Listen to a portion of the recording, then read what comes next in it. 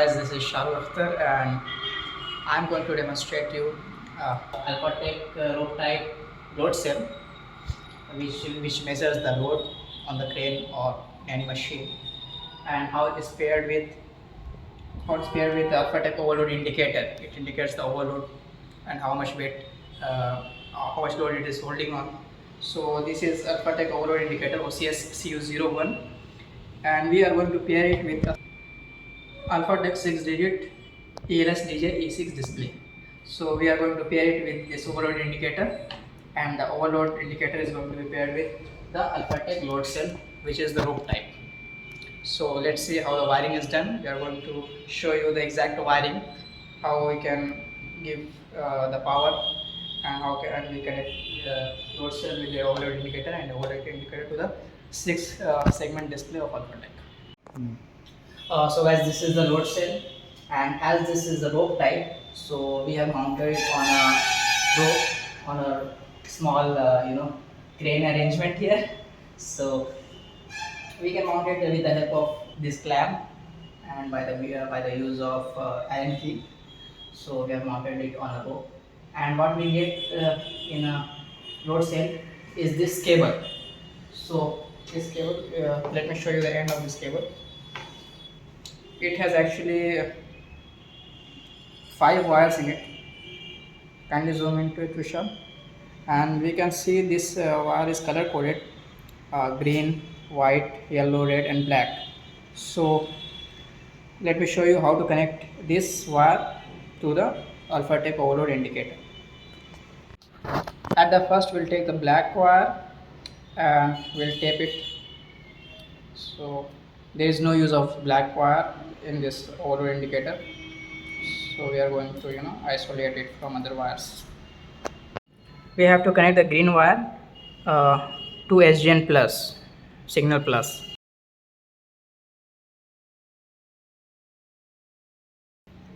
Then we take the white wire and we'll connect it to the SGN minus, that is signal minus.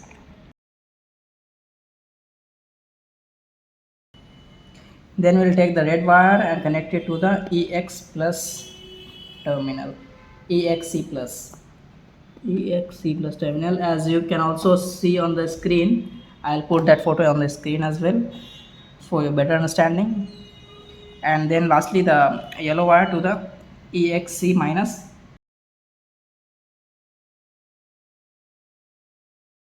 So guys, you can see our wiring is complete from the load cell to the overload indicator. Now we have to give power to the ELFATEK overload indicator, and for the power we have 2 ports here. Kindly zoom in. This is the neutral and this is the line. So we have to give the negative supply to this terminal and positive supply to this terminal.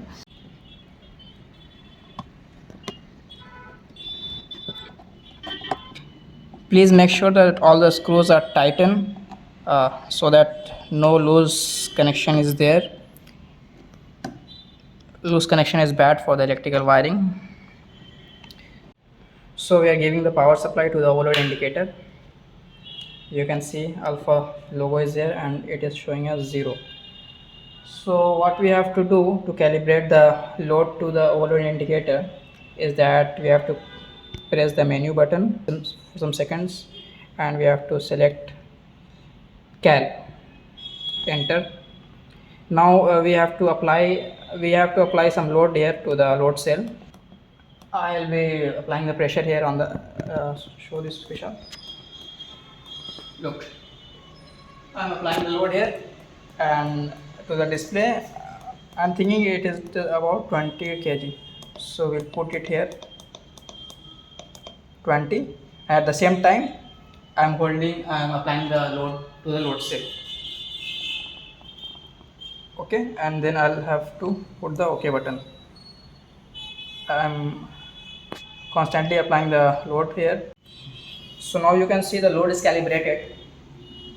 We have put no load on the load cell and the screen is showing as 0. Now let me show you.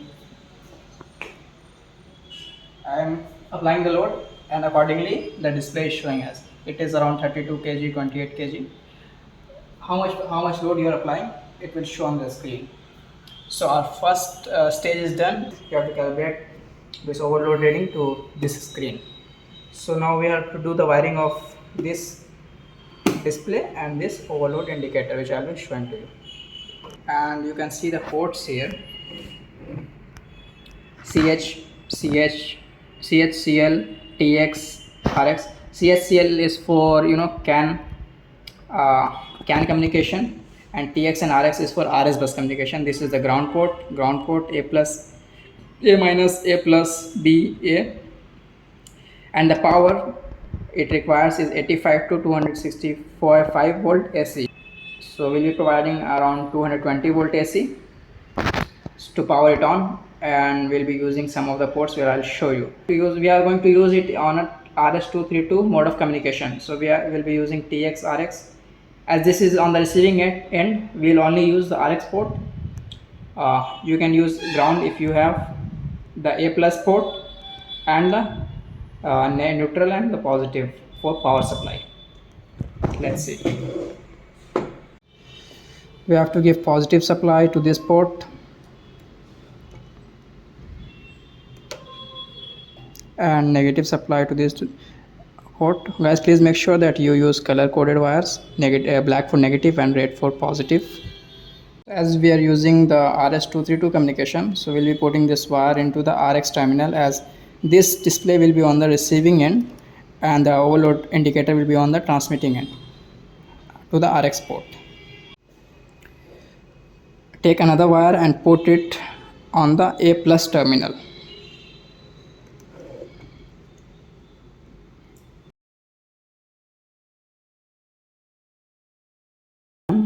Connect it to the GND, ground terminal. So this is the final wiring of the display. So what we have done is we have connected two wires to give the power to the display. First one is for line, second one is for neutral. We have given one another wire to the A plus port, another to the ground terminal, and one wire for the RX, as this will be on the receiving end, and this is the RS232 communication. So guys, please make sure to turn the ELFATEK overload indicator off before connecting wires. Now we'll be connecting the wires coming from the display to the overload indicator.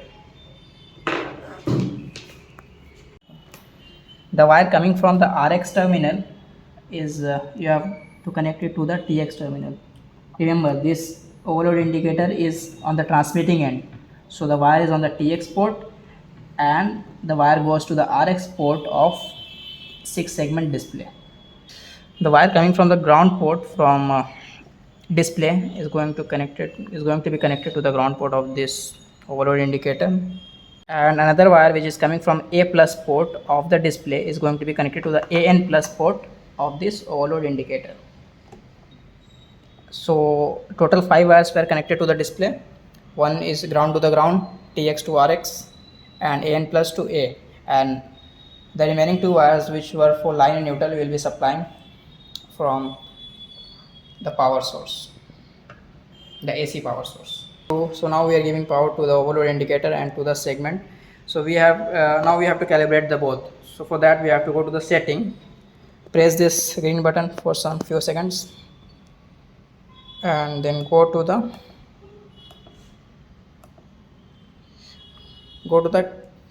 con segment, select RS232, turn on.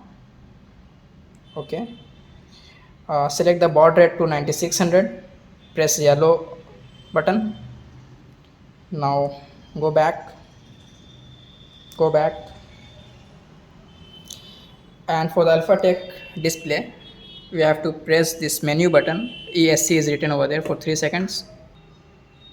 Now you can see the configuration. Press enter, select RS232, press enter, go back, go to the another menu, select baud rate, press enter, 9600 selected, press enter. So in both the overload indicator and both on the display we have kept the baud rate same, that is 9600. So now we can see the ELFATEK overall indicator OCS CU01 is calibrated to the ELFATEK 6-digit ELS DJE6 display. Now we'll check it. I am applying some load here, load to the load cell, and you can see the display as well as the overall indicator. Both are showing the same thing. So this was a little video from our side, and these were the simple connection that were used to calibrate the overload indicator to the load cell and to the 6-segment display. So guys, this was the little demonstration video of the ELFATEK load cell along with the overload indicator and the display. So if you guys are having any issues, you can always comment to the comment section and ask us about this in specific or anything in general. So we'll be replying on that as well. Thank you guys for being here with us. Signing off. Take care.